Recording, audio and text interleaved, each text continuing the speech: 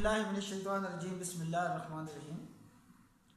मैं हूँ हकीम GA शाह 92 और मेरा मिशन है दुखी इंसानियत की खिदमत करना।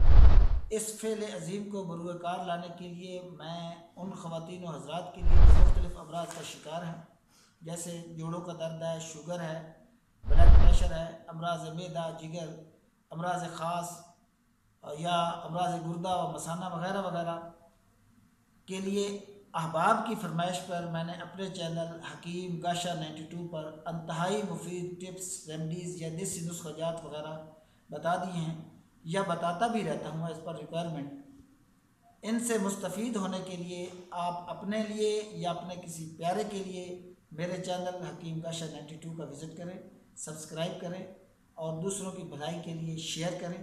हो सकता है कि हमारे इस अमल से किसी का भला हो जाए जो हमारी आखिरत को संवारने का सबब बने। याद रखें, ये सब अमल हर किस्म के मुआवजा दुनियावी से मावरा और पाक है। बहुत शुक्रिया। Thank you so much.